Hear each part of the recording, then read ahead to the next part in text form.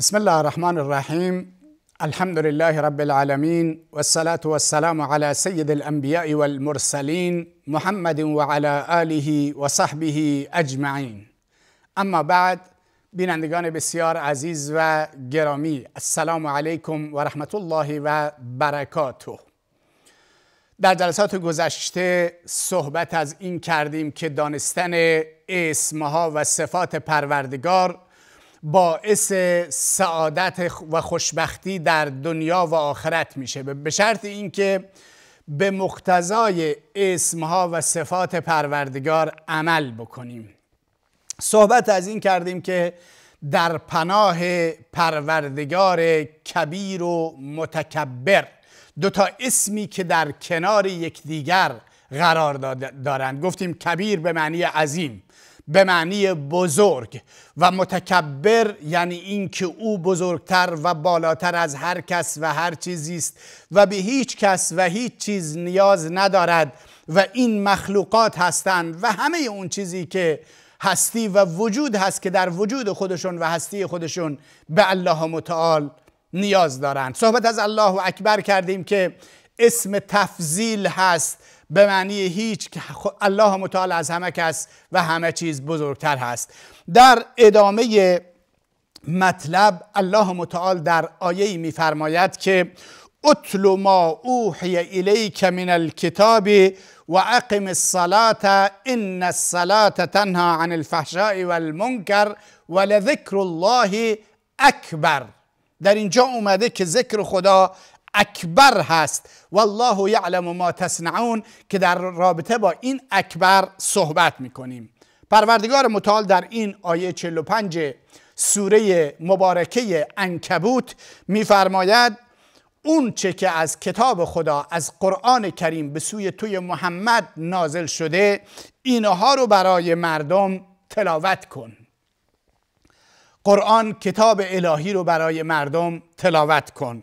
و اقم الصلات، و نماز را برپای بدار، یعنی برپا بدار، یعنی با شرایط و خلوص نماز رو بخون. ان الصلاة تنهی عن الفحشاء والمنکر.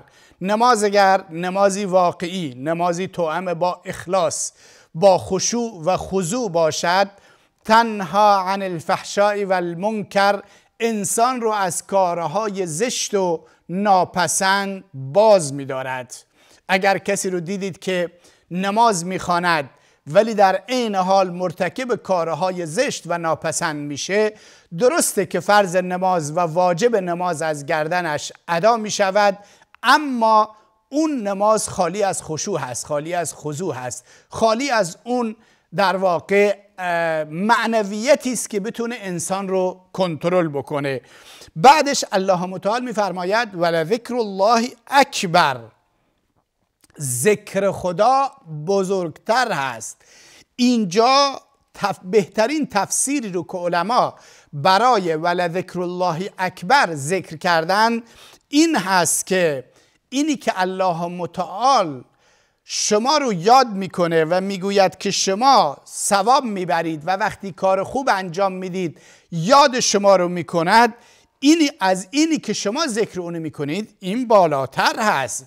شما در عبادتتون، در نمازتون، در تلاوت قرآنتون خدا رو ذکر میکنید، ولی خدا بر شما درود میفرسته، خدا بر شما سلام میفرسته، خدا اسم شما رو میگیرد و تعریف و تمجیدتون میکند. اینی که خدا ذکر الله، این که خدا اسم شما رو میگیرد، شما رو به خاطر اعمال نیکی که انجام میدهد تعریف و تمجید میکند، این نزد پروردگار اکبر هست. البته تفاسیر دیگری رو هم در این زمینه ارائه دادن. بعضیا گفتن اینی که شما خدا رو در نماز و تلاوت و جاهای دیگه یاد میکنید، این ذکر شما بالاتر از هر چیزی هست، برتر از هر چیزی هست. و تفاسیر دیگری گفتن، ولی بهترین تفسیر همون هست که بنده گفتم، و یعنی همون اولی که اینی که خدا بعد از اینکه شما ذکرش میکنید، نماز میخونید، خدا شما رو یاد میکنه، این از ذکر شما برتر هست. در حدیثی در رابطه با این کبیر و متکبر این دو تا صفت پروردگار از ابو هریره رضی الله تعالی عنه وارد شده که رسول الله صلی الله علیه و آله و سلم در رابطه با پروردگار فرمودند که العز ازاره و الکبریاء رداءه فمن ینازعنی عذبته. پروردگار فرموده در حدیث قدسی که ازار من هست و که عزت و کبریا ردای من هست.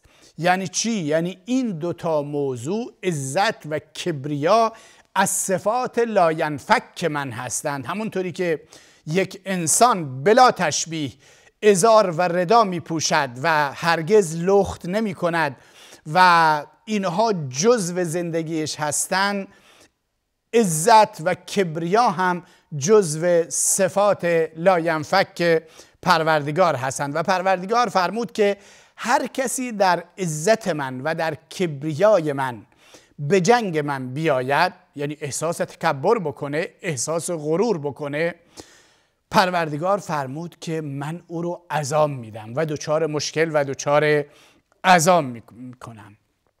در نتیجه با توجه به این حدیث باید بدونیم که عظمت و کبریا صفات پروردگار هستند و هیچ یکی از مخلوقات در این صفات با پروردگار شریک نیستند.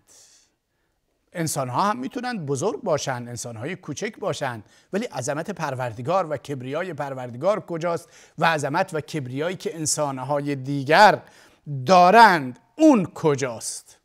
پس وقتی که اینطوری هست، الله متعال عظمت دارد، بزرگواری دارد و جا دارد که انسان در برابر این عظمت پروردگار کرنش بکند، رکوع بکند، سجده بکند، تسلیم این پروردگار عظیم و این پروردگار کبیری باشد که به هیچ کس و هیچ چیز نیاز ندارد و همه کس و همه چیز در وجود و بقای خودشون به الله متعال نیازمندند که از او در واقع بدون او هستیشون بدون معنی است. حدیثی است از عبدالله ابن عمر رضی الله تعالی عنهما، ایشون میگوید رسول الله صلی الله علیه و آله و سلم این آیه رو تلاوت کردند که و ما قدر الله حق قدره. این مشرکین و این کفار اونگونه که باید قدر پروردگار، جایگاه پروردگار، عظمت و بزرگی پروردگار را بشناسند، اونطوری نشناختند. والارض جمیعا قبضته یوم القیامه، در حالی که همه زمین در روز قیامت در مشت پروردگار قرار دارد. این زمین با این عظمت، این زمین با اون بزرگی در قبضه و مشت پروردگار وجود دارد. قبضه پروردگار چطوری هست؟ مشتش چطوری هست؟ اونطوری که شایسته ذات خودش هست. مبادا وقتی این کلمات و جملات در حق الله متعال استفاده میشن ذهنمون و فکرمون به دست بشر، به مشت بشر، به قبضه بشر، به سوی قبضه بشر برود. خیر، الله متعال لیس کمثله شیء، هیچ چیزی مانند الله متعال نیست. و السماوات مطویات بیمینه، آسمان ها رو الله متعال در دست راست خودش پیچیده و سبحانه و تعالی عما یشرکون. الله متعال پاک هست، بلند مرتبه تر هست از اون چیزی که اینها باش شریک قرار میدن. پیامبر اکرم این آیه 67 سوره مبارکه زمر رو تلاوت کردند و بعدش فرمودند در اون روز که زمین در مشت پروردگار هست و آسمان ها در دست راستش پیچیده هستند، الله متعال میفرماید انا الجبار، من جبار هستم، من اون پروردگار جباری هستم که همه مشکلات رو جبران میکنم و همه جباران رو در واقع ذلیل و خوارشون میکنم. انا المتکبر، من متکبر هستم، اون ذاتی که برتر و بالاتر از همه کس و همه چیز هست و به هیچ کس و هیچ چیز نیاز ندارد و همه کس و همه چیز به الله متعال نیازمند هستند. انا الملک، من پادشاه واقعی و حقیقی هستم. المتعال، انا المتعال، من اون ذات برتر و بالاتر هستم. یمجد نفسه، پیامبر فرمود الله متعال اینگونه خودش رو تمجید میکند و راوی میگوید رسول الله صلی الله علیه و آله و سلم به اندازه این کلمات رو تکرار کردند و تند گفتند که منبر هم لرزید و ما گفتیم که این منبر حالا سرنگون می شود. پس متکبر پروردگار هست، پادشاه واقعی، جبار واقعی، پادشاه الله متعال هست. در روایتی اومده که میگه انا الملک این ملوک الارض، منم پادشاه، پادشاهان زمین کجا هستند؟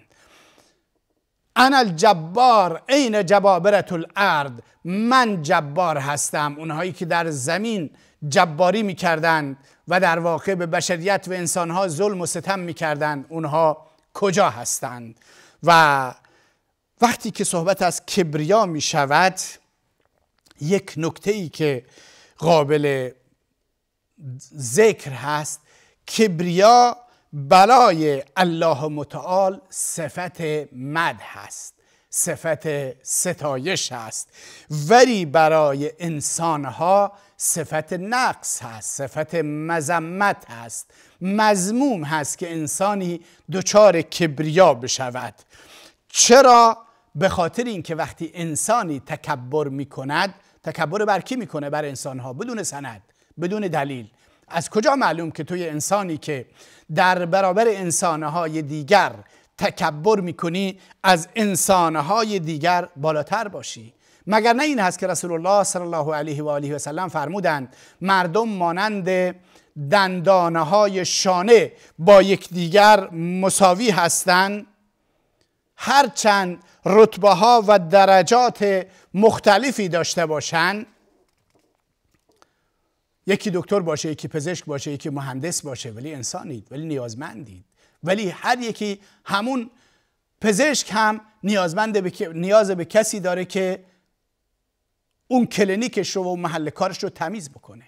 اون کسی که تمیز میکنه هم نیاز به پزشک داره. درش جای نداره که ما تکبر بکنیم، همه‌مون به یکدیگر نیازمندیم. اما متکبر پروردگار هست، به کی نیاز داره؟ به چی نیاز داره؟ به عبادت ما نیاز داره؟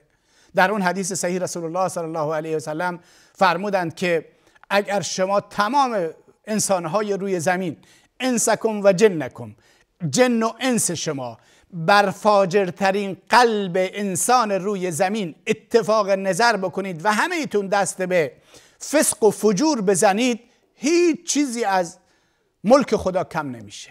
و اگر همه ایتون بر اتقا قلب رجل واحد، بر پرهیزگارترین قلب یک شخص باشید، هیچ چیزی به پادشاهی الله متعال اضافه نمیشه.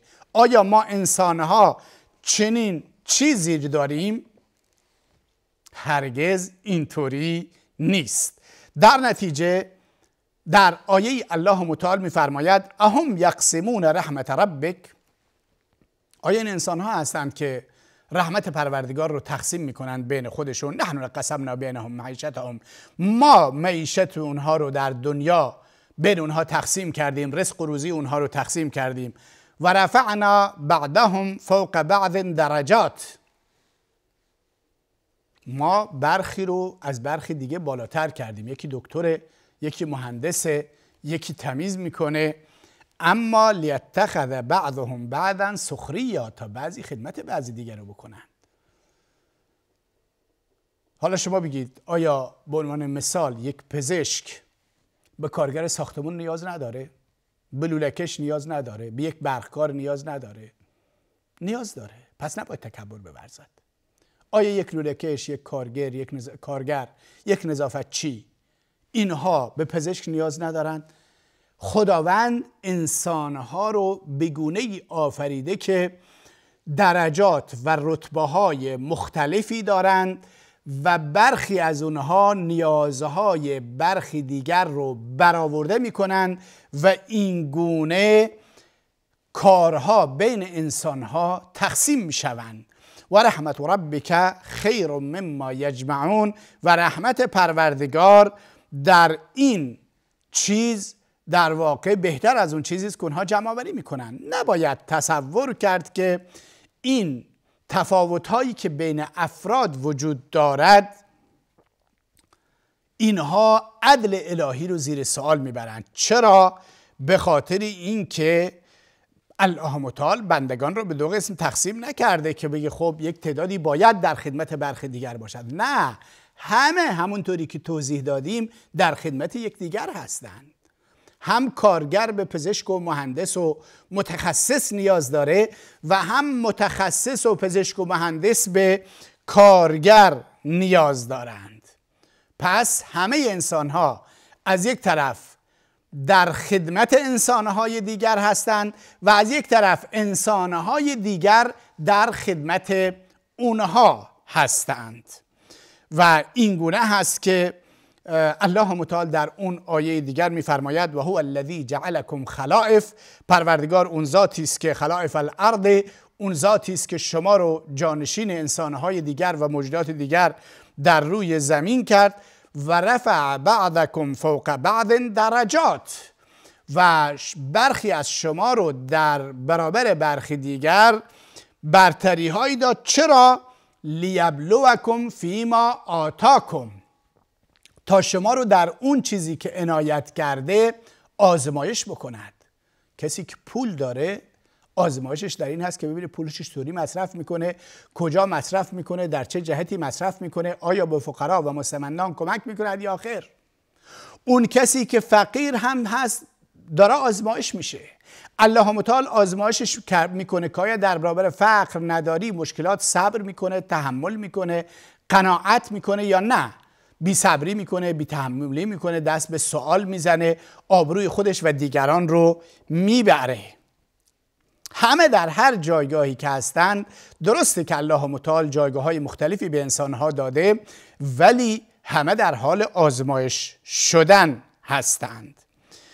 و این حکمت دیگری از حکمت‌های الهی در این هست که در واقع انسان‌ها رو به این صورت آزمایش می‌کند که انسان‌ها چه وضعیتی دارند و چگونه به زندگی خودشون ادامه میدن. پس الله متعال کبیر هست، متعال هست، انسانها رو گروه‌های مختلفی آفریده تا به یکدیگر خدمت بکنن. انسانها نیازمند الله متعال هستند، ولی الله متعال هیچ نیازی به انسانها ندارد. وقتی نگرش ما اینطوری باشد که این پروردگار عظیم رو داریم، حتما احساس ما این هست که تکیهگاه بزرگی رو داریم و در زندگیمون احساس سعادت بیشتری میکنیم. از اینی که ما رو همراهی کردید تشکر میکنم. ادامه این مبحث رو در جلسه آینده در خدمت شما عزیزان خواهم بود. تا جلسه دیگر، خدا یار و نگهدارتون و السلام علیکم و رحمت الله و برکاته.